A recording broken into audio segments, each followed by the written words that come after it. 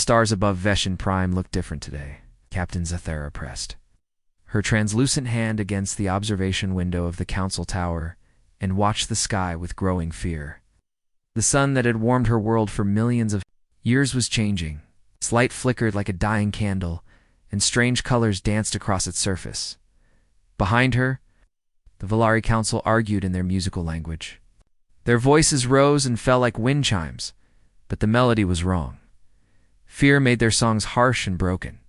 "The stellar engineers confirm our worst calculations," announced Elder Mython, his bioluminescent patterns dim with exhaustion. "Ancient weapon continues to destabilize our sun's core. We have perhaps 4 months before the surface becomes uninhabitable." 4 months. Zethera had lived for over 200 years, but 4 months felt impossibly short. She thought of the children in the crystal gardens below, playing among the singing trees. She thought of the artists working on sculptures that would never be finished. She thought of the philosophers debating questions that would never be answered. "How many can our evacuation ships carry?" asked Council Member Yithel, though they all knew the answer. "Perhaps 10% of our population," Mython replied. "Our ships were built for exploration and trade, not mass evacuation. We are a peaceful people. We never prepared for something like this." The room fell silent. Outside, Theshan Prime continued its normal rhythm. People went to work. Children attended their learning circles. Artists created beauty from living crystal. Most of the population didn't know yet. The council had decided to keep the truth secret until they found a solution. But there was no solution. The Valari were brilliant scientists and philosophers, but they were not engineers. They could grow living ships from coral seeds and paint with liquid light, but they couldn't build the massive industrial vessels needed to save their world. "We must send a distress call to the Galactic Federation," Zethera said finally. "Someone must help us." The other council members looked uncomfortable. The Valari had always been proud of their independence. They traded knowledge and art with other species, but they had never begged for help. "The Federation species are practical," Elder Mython said carefully. "They will calculate the cost of helping us against the benefits. We are far from the major trade routes. We have little to offer in return." "We have to try," Zethera insisted. "We cannot simply watch our people die." The council voted. The decision was unanimous. Within hours, Zethera stood in the communications center, preparing to send a message that would travel across the galaxy. The transmission would take weeks to reach the nearest Federation worlds, and weeks more for any response to return. Time they didn't have, but they had to try. The message Zethera recorded was unlike anything the galaxy had ever received. She didn't just ask for help. She shared who they were. She spoke of Valari children learning their first songs of artists, who painted with starlight, of philosophers who spent centuries contemplating the meaning of existence. She shared poems and melodies, mathematical theorems and philosophical questions. "We are the Valari of the Shun Prime," she said into the recording device. "Our sun is dying, and we cannot save ourselves. If you receive this message, know that. We tried to live with honor, tried to bring beauty to the galaxy. If we must die, let our art and wisdom survive in your memories." The message launched into space, carrying the hopes and fears of an entire world. Across the galaxy, the Federation worlds received the transmission.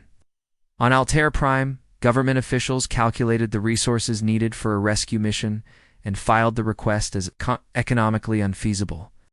On Rigel Station, military commanders determined that Theshan Prime was too far from strategic locations to justify intervention. On Vega Colony, humanitarian committees debated the ethics of selective rescue while precious time ticked away. The answer was always the same: too expensive, too dangerous, it's too far away. The Valari would have to save themselves, but the message didn't stop at Federation worlds. It spread through the galaxy's communication networks, reaching every species with listening posts and signal stations. Most ignored it. Some filed it as scientific curiosity. A few felt sorry for the dying aliens, but did nothing. On a small blue planet, in an unremarkable corner of the galaxy, the message reached Earth. Jake Morrison, had been working the night shift at the Deep Space Monitoring Station for 3 years. He drank too much coffee and listened to signals from space that usually turned out to be pulsars or solar wind.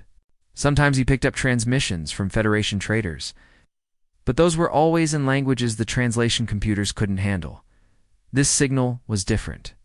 It was clearly artificial, clearly from an intelligent source, and it was trying very hard to be understood.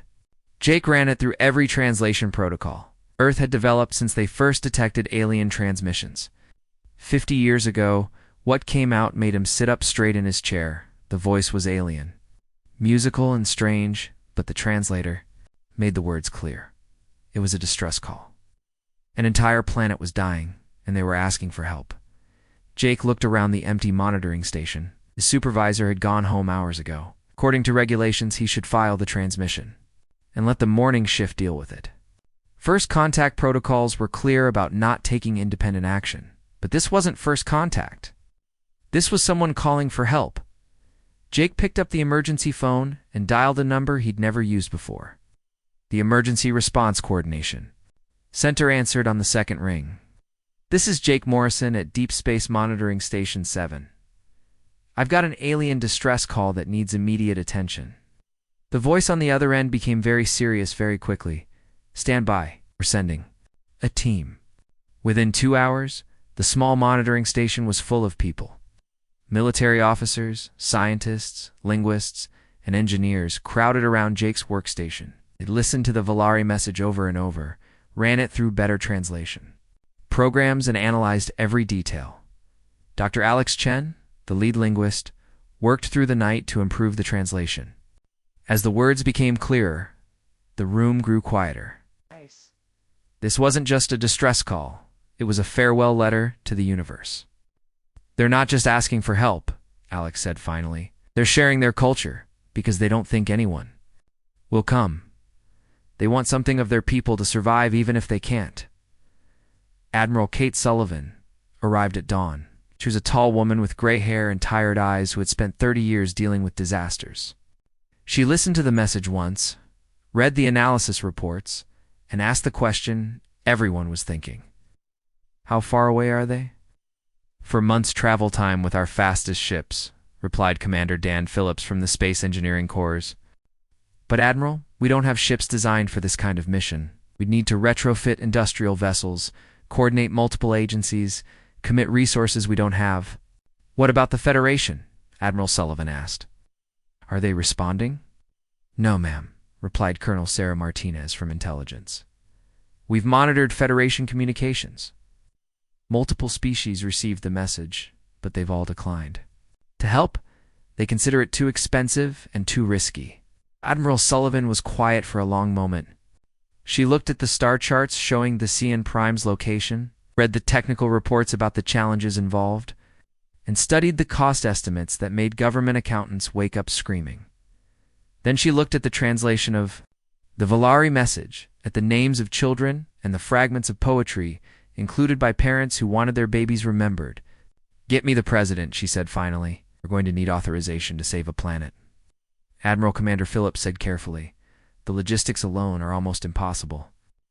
We'd have to launch the largest rescue mission in human history. For people we've never met, with technology that might not work, to a place we've never been." Admiral Sullivan looked at him with the expression that had made her famous during the asteroid crisis of 2157. "Commander, we show up when nobody else will." The room buzzed with activity as plans began forming. Engineers calculated fuel requirements, while military officers planned escort formations.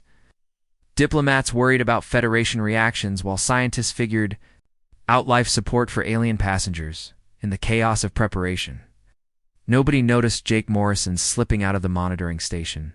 He had work to do. Somewhere in space, an alien transmission was still traveling to worlds that would ignore it. But on Earth, that message had found people who understood that when someone calls for help, decent people answer. The galaxy was about to learn something new about the small blue planet and its stubborn inhabitants. When humans heard a cry for help, they didn't calculate odds or count costs, they just came running. 3 weeks after Admiral Sullivan made her decision, the largest fleet in human history gathered at Luna Station. The ships looked nothing like the sleek vessels that appeared in Federation broadcasts. Human starships were built like tools, not art pieces. They had thick armor plating, backup systems for their backup systems, and enough spare parts to rebuild themselves twice over. The flagship UES Determination led the convoy. It was an old battlecruiser that had seen action in the Belt Wars, converted now for long-range operations. Beside it floated massive cargo haulers, originally designed to move asteroid mining equipment. Military escorts surrounded converted passenger liners and hospital ships. Even some private vessels had volunteered, their owners determined to help however they could. Commander Lisa Taylor stood on the bridge of the UES Swift Arrow, watching the fleet take formation. Her ship was fast and small, designed for reconnaissance work. She would reach Theshan Prime first, making contact with the aliens while the main fleet followed behind. Final systems check complete, reported Lieutenant Nick Adams from the sensor station. All ships report ready for hyperspace jump. Lisa nodded and opened a channel to Admiral Sullivan aboard the Determination. Swift Arrow ready to proceed. Admiral, good hunting, Commander, Sullivan replied. Remember, we're not just making first contact. We're racing against time. The fleet jumped to hyperspace in a cascade of light. Behind them, Earth continued its normal routine. But now, with the knowledge that somewhere in the galaxy, humans were attempting something that other species considered impossible. The journey to these Sin Prime took 4 weeks. During that time, the human crews worked constantly. Engineers modified life support systems to handle alien biology. Medical teams studied what little information they had about Volari physiology. Linguists refined translation programs using the original distress message. Commander Taylor's ship arrived first, dropping out of hyperspace at the edge of the Deshan system. What she saw through the viewports made her understand why the Federation had ignored the distress call. The system was enormous, with the Shen Prime orbiting far from the major hyperspace routes. Getting here required careful navigation through unstable space. The kind of journey that commercial ships avoided, but it was the sun that made Lisa catch her breath. Even from this distance, she could see the instability. Solar flares erupted from its surface in patterns that hurt to look at. The star's light flickered like a broken bulb, sometimes brightening, sometimes dimming to almost nothing. My God, whispered Ensign Bobby Clark from the communications station. How long do they have? Not long enough, Lisa replied grimly. Bobby, start broadcasting on the frequencies from their distress call.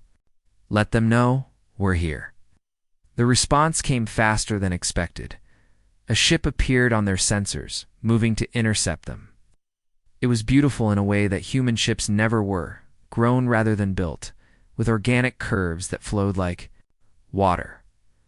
Bioluminescent patterns pulsed along its hull in what might have been decoration or communication. Incoming transmission, Bobby reported. The translation program is working, but it's rough. The voice that came through the speakers was musical, like wind chimes mixed with birdsong. Ow. The translator made it sound mechanical, but Lisa could hear the emotion underneath. Unknown vessel, you enter system of dying star. Is dangerous here. You must leave. Lisa stepped forward and activated the CUM system. This is Commander Lisa Taylor of the Earth ship Swift Arrow. We've received your distress call. We're here to help.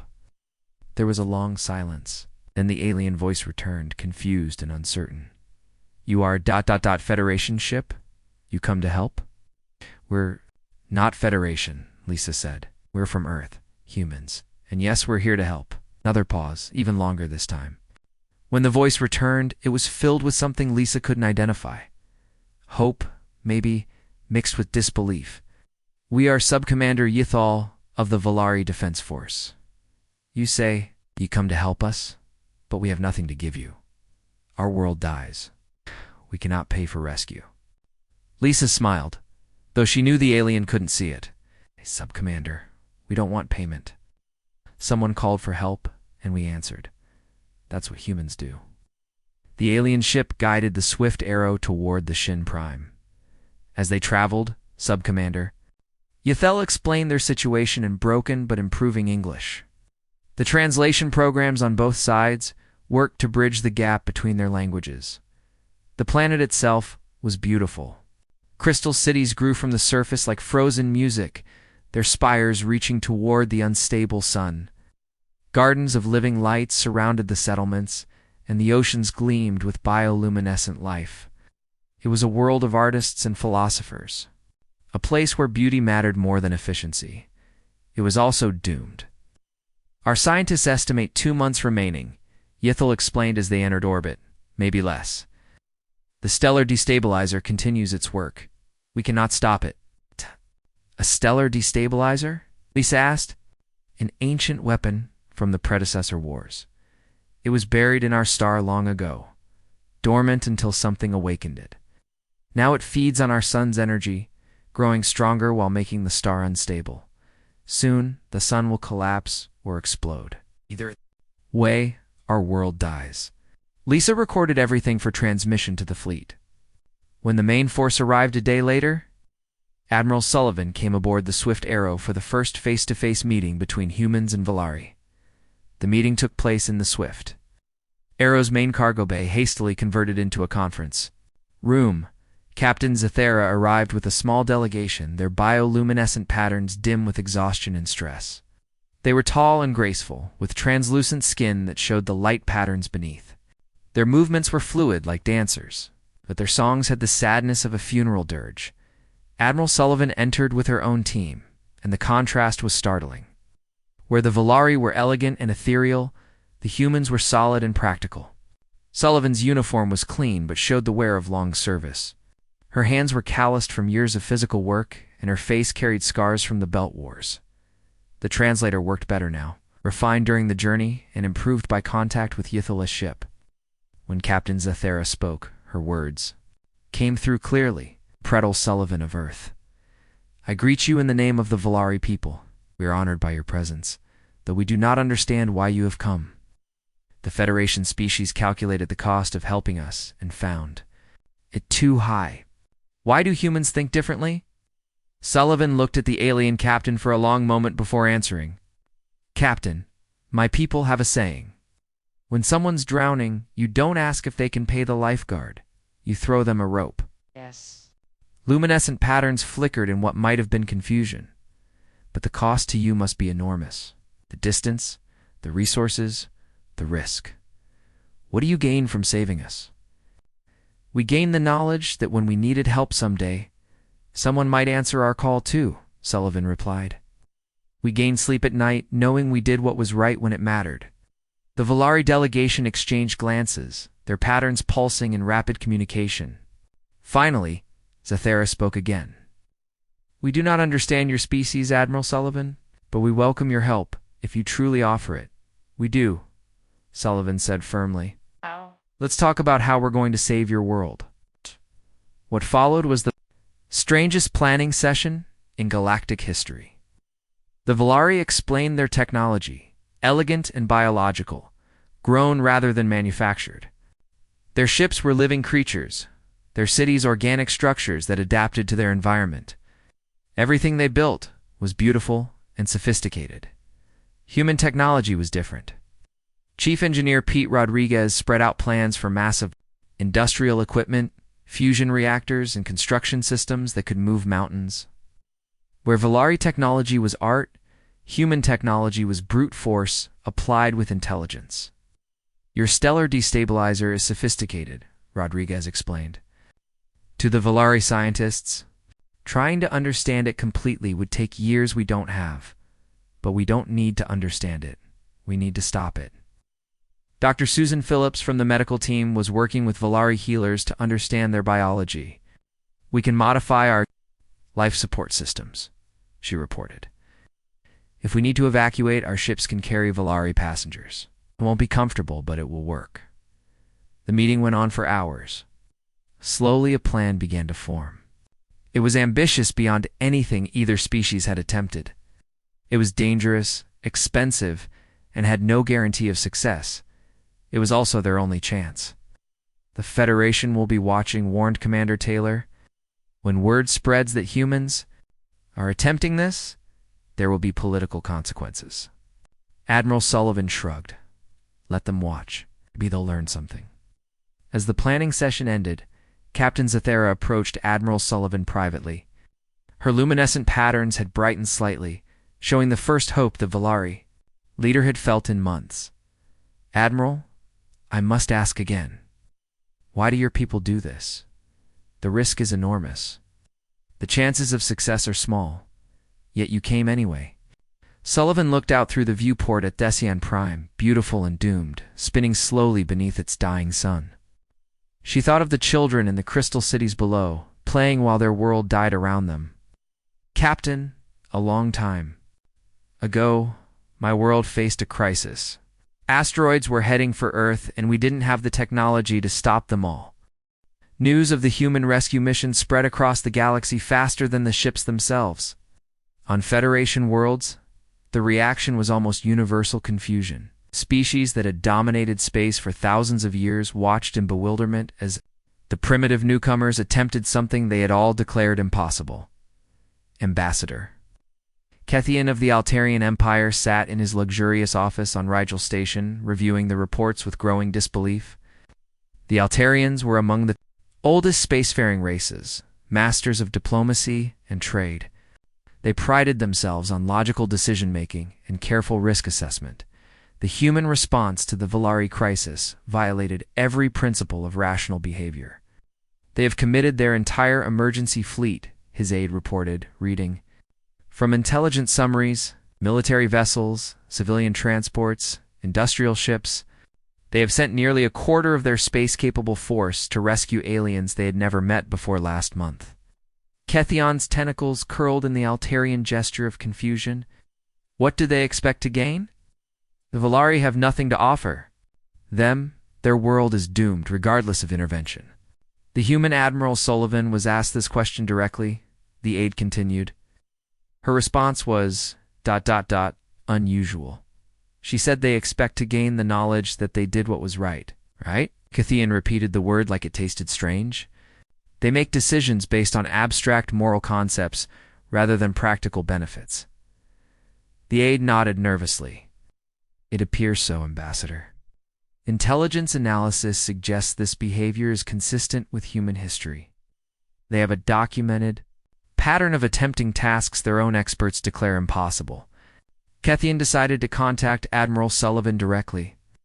The conversation would become famous throughout Federation diplomatic circles, studied as an example of the fundamental differences between human and civilized thinking. The communication system in Sullivan's ready room crackled to life, and the translator produced the melodious tones of Altarian speech. "Admiral Sullivan, I am Ambassador Kethian of the Altarian Empire. I seek to understand your current mission." Sullivan looked up from the engineering report she had been reviewing. "Ambassador, what can I do for you? Surely you understand the mathematical impossibility of your undertaking," Kethian said, his tentacles weaving diplomatic patterns. "The energy requirements alone exceed your civilization's total industrial capacity. The technical challenges are beyond your current scientific understanding." "Math is just the starting point," Sullivan replied calmly. "We've done impossible things before." "I have reviewed your historical records," Kethian said carefully. "Your species does indeed have a pattern of attempting unlikely scenarios." "Admiral, this is different.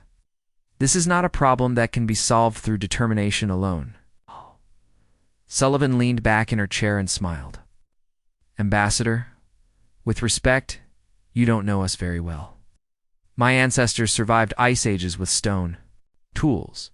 They crossed oceans in wooden boats. They went to space in metal cans with less computing power than a modern doorbell. We've been doing impossible things since we learned to walk upright." The ambassador's confusion deepened. "But surely you must calculate costs versus benefits. The resources you are expending could improve conditions on dozens of Federation worlds." "Those Federation worlds had the same chance to help the Valari that we did," Sullivan pointed out. "They chose not to. We chose differently." After the conversation ended, Kethian sat in his office for hours trying to understand what he had learned. He ordered his staff to compile detailed analyses of human behavior patterns, looking for the logical framework behind their apparent irrationality. What they found challenged everything. The Federation thought it knew about civilization. Meanwhile, in the Veshan system, human engineers were proving that sometimes brute force could accomplish what elegance could not. Chief Rodriguez had been studying the stellar destabilizer for 2 weeks, working alongside Valari scientists who knew more about stellar physics than humans had ever dreamed. The weapon itself was a masterpiece of ancient engineering. It used the star's own energy to destabilize its core, creating a feedback loop that would eventually cause either collapse or explosive expansion. The Valari had tried for months to find a way to reverse the process, but the weapon was designed to resist exactly that kind of intervention. "We're approaching this wrong," Rodriguez announced at the daily engineering meeting. "We keep trying to turn this thing off, but it doesn't want to be turned off. What if we don't turn it off? What if we put it to work?" The Valari scientists looked confused. Dr. Cythera, their lead physicist, tilted her crystalline head in the gesture that meant deep thought. "I do not understand. The weapon is destroying our star. How can we use destruction constructively?" Rodriguez pulled up a holographic display showing the star and the energy patterns the weapon was creating. "Look at the energy output. This thing is incredibly powerful. Instead of trying to shut it down, what if we capture that energy and redirect it? Redirect stellar energy." Dr. Cythera's bioluminescent patterns flickered rapidly. The power levels involved would vaporize any known material. "Any known Federation material," Rodriguez corrected. "But humans build things differently." What followed was the most unusual engineering project in galactic history. Human industrial ships moved into position around Veshan Prime's sun there. Massive cargo holds disgorging equipment that looked primitive compared to Valari technology, but was built to withstand conditions that would destroy more sophisticated devices. The plan was quintessentially human in its approach. Instead of fighting the stellar destabilizer, they would build massive energy collectors around it. These collectors would capture the weapon's output and redirect it away from the star's core, essentially turning the ancient weapon into the galaxy's most powerful solar array. The work was dangerous beyond anything the Federation had ever attempted. Human engineers worked in radiation levels that would kill most species, protected only by crude but effective shielding. When the first collector came online, the energy readings were so high that Valari instruments couldn't measure them accurately. "Impossible," Dr. Cythera whispered, watching the displays. "The material stress alone should have destroyed your equipment." Rodriguez grinned, his face covered with sweat and radiation burns. "Doc, you keep using that word? I don't think it means what you think it means." But the engineering project was only half the battle. Human transports were also preparing for the possibility that the stellar repair might fail. Commander Taylor coordinated evacuation planning with an efficiency that amazed the VALA. Laura, the difference in approach was stark. Valari evacuation ships were beautiful, efficient, and designed to maintain their passengers' quality of life during travel. They could carry their occupants in comfort for months if necessary. Human transport ships were designed for military logistics. They were cramped, loud, and uncomfortable, but they could carry 5 times as many passengers as equivalent Valari vessels. Human rationing systems, developed for survival scenarios, could support larger populations with minimal resources. The most striking difference was how humans treated the Valari children. While adult aliens could endure cramped conditions if necessary, human evacuation plans automatically prioritized the young. Human crew members gave up their own quarters, their own food rations, treating alien children as if they were there. Captain Ben Harris of the transport ship UES Haven exemplified this attitude. When a group of Valari parents expressed amazement that humans would sacrifice for alien young, his response became part of Valari cultural memory. "Kids are kids," Harris said simply. "Doesn't matter what planet they're from. They didn't choose to be born into this mess, and they shouldn't pay the price for it." The Valari had trouble understanding this concept. Their society was highly organized, with clear distinctions between different groups and communities. The idea that humans would treat alien children with the same care as their own seemed impossible, Dr. Phillips explained it during one of her medical exchanges with Valari healers. On our world, we learned early that children are everyone's responsibility. A child's survival often depended on the entire community, not just their parents. It's built into how we think. But it was the human response to danger that truly baffled the aliens. When 3 human engineers were severely injured in a stellar collector accident, the Valari expected the humans to withdraw from the dangerous work. Safety protocols among civilized species demanded it. Instead, more humans volunteered to replace the injured workers. "We do not understand your people," Captain Zathera told Admiral Sullivan after the accident. "Your engineers knew the risks. They saw their colleagues injured, yet they continue working." Sullivan looked out at the stellar collectors, massive human-built structures that were slowly but steadily redirecting the ancient weapons energy. "Captain, someone has to do the work. Those collectors are the only thing standing between your people and extinction.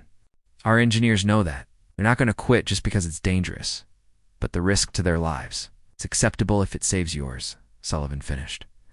"That's the deal we made when we came here. We see this through to the end, whatever that takes." The conversation was interrupted by an urgent communication from Chief Rodriguez. The ancient defense platforms came online one by one, their weapons systems charging after sleeping for thousands of years. They were relics of the predecessor wars, built by a species that had vanished long before the Valari evolved. Their purpose was simple: protect the stellar destabilizer from any interference. Captain Roy Mitchell stood on the bridge of the UES Defender, watching the tactical display fill with hostile contacts. His ship was old but tough, a heavy cruiser that had fought pirates in the Outer Rim for 15 years. Now it faced weapons designed by beings who had mastered warfare before humans learned to make fire. 24 platforms active and climbing, reported Lieutenant Amy Foster from the sensor station. Energy signatures are off the charts. These things pack more firepower than a Federation battle group. Mitchell nodded grimly. "Any attempt at communication?" "Nothing, sir. They're not responding to any signals. I think they're completely automated." The main screen, one of the platforms, fired a warning shot. Energy beam passed close enough to the Defender to make the hull plates glow. The message was clear: leave or be destroyed. Admiral Sullivan, to all ships came the voice over the comm system. "We have 2 objectives. Protect the stellar collectors and protect the evacuation transports. Everything else is secondary. Engage at will." The battle began as space battles usually did, with long-range weapons, fire, and careful maneuvering. The Federation military doctrine that human commanders had studied emphasized precision strikes and minimal casualties. Hit the enemy's weak points, disable their systems, force surrender through superior tactics. The ancient defense platforms had different ideas about warfare. They didn't aim for weapon systems or engines. They aimed to kill. Their energy beams cut through space with surgical precision, designed not to disable, but to destroy completely. When they hit a target, there was nothing left but expanding gas and debris. The human ships quickly learned that fighting these weapons required a different approach. Captain Mitchell watched 2 smaller escort vessels vanish in flashes of light before he understood what they were facing. "These platforms aren't trying to drive us off," he announced to his crew. "They're programmed to exterminate anything that threatens their objective. No quarter asked, none given." The realization changed everything. Human military doctrine was built around the idea that enemies were people who could be reasoned with, defeated, or captured. But these were machines, following programming written by a dead species. They would keep fighting until every human ship was destroyed or until they themselves were eliminated. Lieutenant Foster called out from her station. "Sir, I'm reading weapon signatures from 73 platforms now. More coming online every minute." Mitchell studied the tactical display. The math was simple and terrible. Even if every human weapon performed perfectly, even if they lost no more ships, they were outnumbered by machines that had no concept of retreat or surrender. But the stellar collectors were working. Rodriguez's crazy plan was actually stabilizing. The star, if the human fleet could hold the line for just a few more hours, the CN Prime would be saved. "All right, people," Mitchell announced to his crew. "We didn't come this far to quit now. Let's target the platforms closest to the collectors. Make every shot count." The used defender charged toward the nearest cluster of defense platforms, its weapons blazing. The ship's armor, designed to resist pirate energy weapons, held against the first few hits. But the ancient weapons were more powerful than anything. In the human experience, on the EU's Haven, Captain Harris was facing his own crisis. His transport ship wasn't built for combat, but 3 defense platforms had identified it as a threat and were moving to intercept. The ship's cargo holds were full of Valari refugees, families with children who had been evacuated from the most dangerous regions of their planet. Captain called Ensign Tony Reed from the bridge. "We've got incoming hostiles. We'll be in. Weapons range in 5 minutes." Harris looked at his tactical display. The Haven was slow and lightly armed, designed to carry people safely rather than fight battles. Against military opponents, its only real defense was running away. But running would mean abandoning the stellar collectors and the thousands of Valari still on the surface. "Plot a course to put us between the platforms and the planet," Harris ordered. "If they want to get to the surface, they'll have to go through us." Sir Ensign Reed said carefully, "Our weapons can't penetrate their shields. We can't win this fight." Or smiled grimly. "Son, winning isn't always about who's left standing at the end. Sometimes it's about what you're willing to do for other people." The Haven moved to intercept the defense platforms, its small weapons firing continuously. The ship's shields flared and sparked under the return fire, but Harris kept his vessel between the ancient machines and the planet below. Meanwhile, the main battle raged around the stellar collectors. The massive human industrial ships continued their work, their crews making final adjustments to the energy redirection system while space combat swirled around them. Welders worked in vacuum suits while energy beams flashed past them. Engineers made critical repairs while explosions lit up the darkness nearby. Captain Mitchell's defender was taking heavy damage. Ship's armor was scarred and melted. Several weapon systems were offline, and the life support was working at minimal capacity. But the crew kept fighting with the stubborn determination that made humans famous throughout the galaxy. "Sir," Lieutenant Foster reported, "I'm reading massive energy buildup from the central platform. It's charging some kind of superweapon." Mitchell looked at the readings and felt his heart sink. The central platform was the size of a small moon, bristling with weapons that dwarfed anything on the smaller platforms. If it fired its main gun at the stellar collectors, Rodriguez's entire project would be destroyed in seconds. "Time to firing?" Mitchell asked. 3 minutes, sir." Mitchell looked around his bridge at the faces of his crew. They were young people who had signed up to explore space and protect humanity's interests. None of them had expected to die fighting ancient machines to save alien strangers, but none of them suggested retreat. "Plot an intercept course for the central platform," Mitchell ordered. "Maximum acceleration." "Sir," Foster said quietly, "at this range, their shields will absorb anything we can throw at them." Mitchell was already moving toward the engineering station. "Amy, patch me through to Chief Williams in engineering." "Chief, I need you to pull the safeties off the reactor core." Act. The engineering chief's voice came back immediately. "Captain, if we remove the safeties and overload the core, we'll have maybe 10 minutes before containment fails. After that, ... Wait, after that we won't need containment," Mitchell finished, "because we're going to ram that platform and take it with us." The announcement spread through the ship instantly. In the cargo bay, Private Jack Coleman was helping repair damaged weapon systems. In the engine room, Lieutenant Kelly Torres was rerouting power conduits. In the medical bay, Dr. Frank Miller was treating injured crew members. All of them heard their captain's plan. All of them understood what it meant. None of them objected. The Defender accelerated toward the central platform, its reactor core building, toward overload. The ancient weapons shields flared as human weapons pounded against them, but the barriers held firm. The platform's massive main gun continued charging, aimed directly at the stellar collectors. 2 minutes to firing on Veshan Prime. Captain Zathera watched the battle through her ship's sensors. She could see human vessels dying to protect her world, their crews making sacrifices that Valari philosophy had no framework to understand. Why do they do this? She whispered to Subcommander Yithel. Why do they die for us? Yithel had been monitoring human communications throughout the battle. He had heard their tactical discussions, their damage reports, their final messages to families on Earth. I think, he said slowly, it is because they have decided we are worth saving. And once humans decide something like that, they do not change their minds. 1 minute to firing. The Defender was close now, close enough for the ancient platform's point defense systems to target the ship directly. Energy beams carved through the human vessel's hull, but the ship kept coming. In the engine room, containment fields sparked and fluctuated as the reactor core built toward critical overload. Chief Williams announced over the ship's communication system. All hands, reactor overload in 30 seconds. It's been an honor serving with you. Captain Mitchell opened a final communication to Admiral Sullivan. Admiral, this is Captain Mitchell aboard the Defender. We're going to stop that superweapon, but we won't be coming home. Tell Earth that we held the line.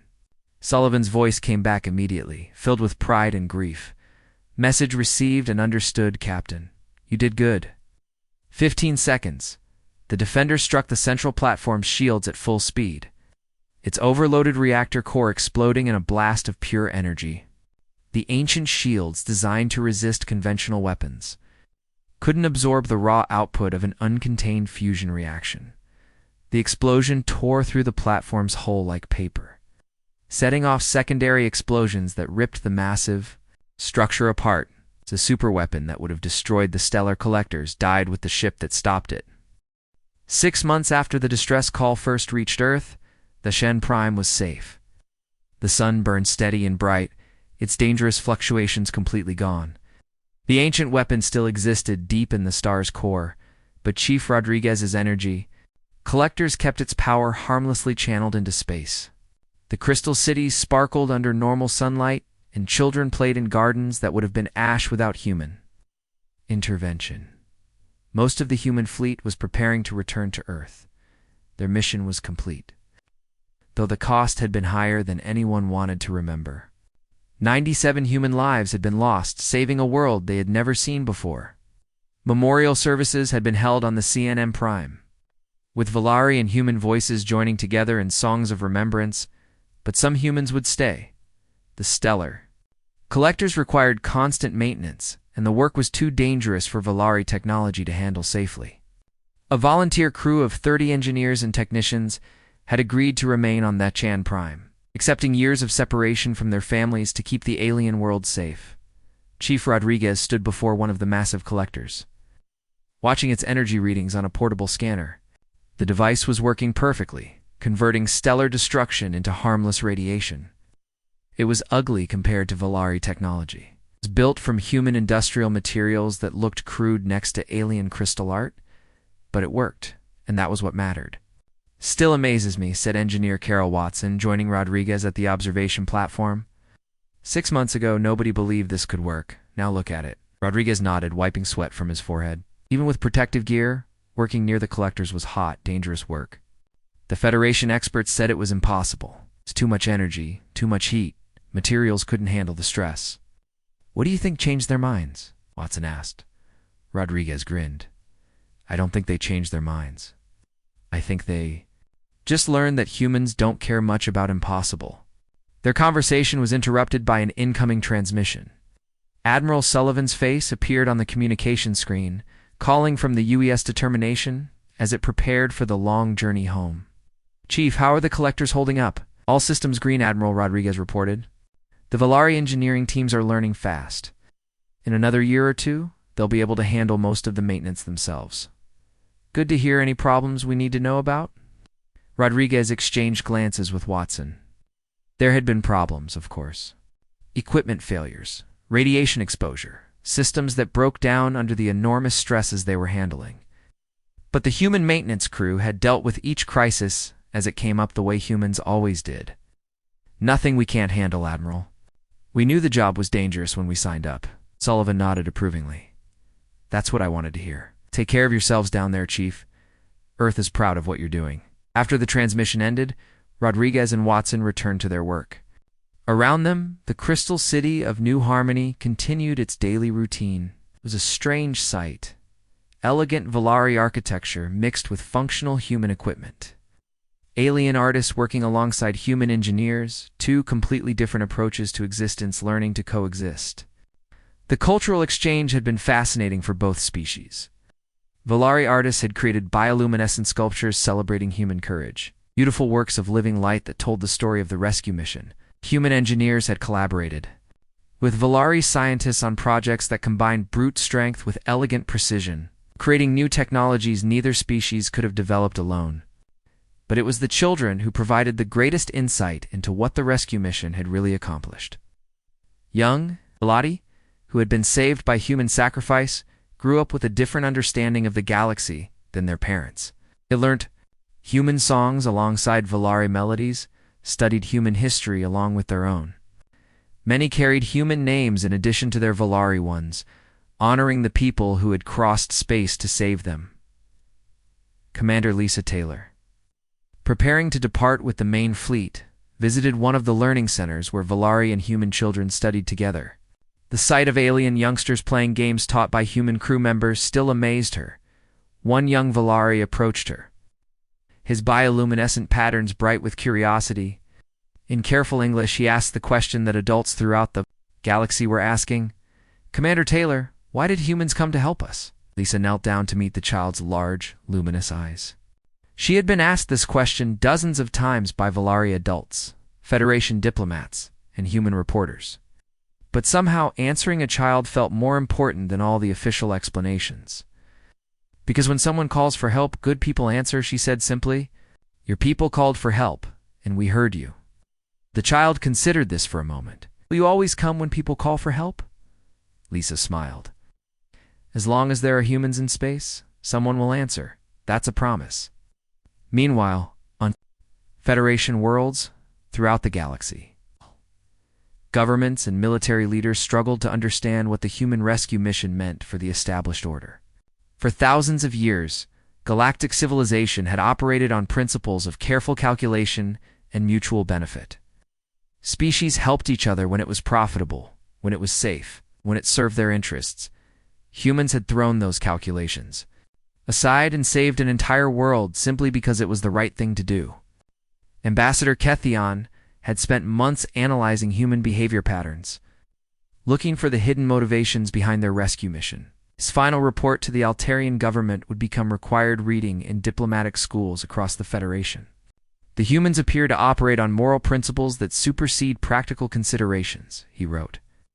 They do not calculate cost versus benefit in the same way as other species. Instead, they ask a different question. What is the right thing to do? Once they determine the answer to that question, practical considerations become secondary. The report continued. This behavior pattern makes humans unpredictable by Federation standards, but also uniquely valuable. They will attempt tasks that other species consider impossible, and they will help others without regard for personal cost. In a galaxy where most species look out for their own interests first, humans look out for everyone.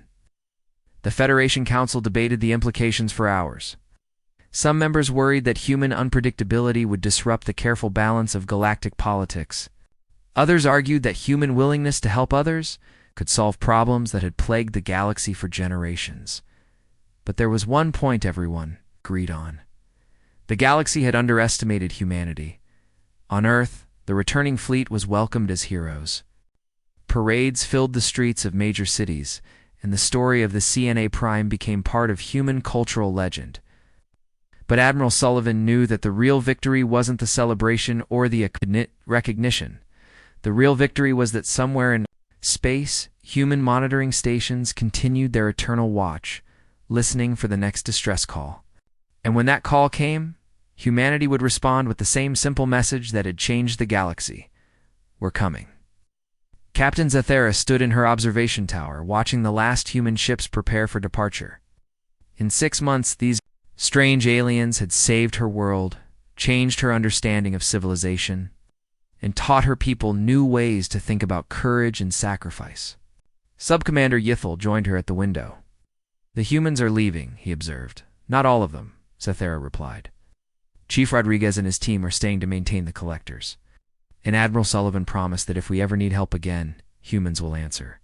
Do you believe her? Zathera looked out at the human ships, scarred from battle, but still proudly flying their colors. She thought of Captain Mitchell and his crew who had died to save strangers. She thought of the human children she had seen, playing with Valari youngsters, treating them like family. She thought of Admiral Sullivan's words, "Someone has to, 'cause it's right. Because if we don't help each other, who will?" "Yes," she said finally. "I believe her completely." As the human fleet jumped to hyperspace, leaving only the maintenance crew behind, Theshan Prime settled into its new reality. The sun burned steady and safe. The cities bustled with normal life, and children grew up knowing that somewhere in the galaxy, there were people who would cross space to help strangers. The story of the Valari rescue spread throughout human space, inspiring a new generation of explorers and engineers. Applications to join the Emergency Response Coordination Center increased by 500%. New monitoring stations were built to listen for distress calls from distant worlds. Humanity had found its role in the galaxy. They would be the ones who answered when others called for help. Years later, when other species faced disasters, they knew there was one certainty in an uncertain universe. Humans received a distress call, they would respond. Not because it was profitable, not because it was safe, but because it was right. The Federation learned to work with this new reality. Some species continued to view humans as unpredictable Deathworlders, but others began to see them as something else, the galaxy's emergency responders, the ones who showed up when everyone else walked away. And in the depths of space, human listening posts continued their watch, scanning the void for voices in distress.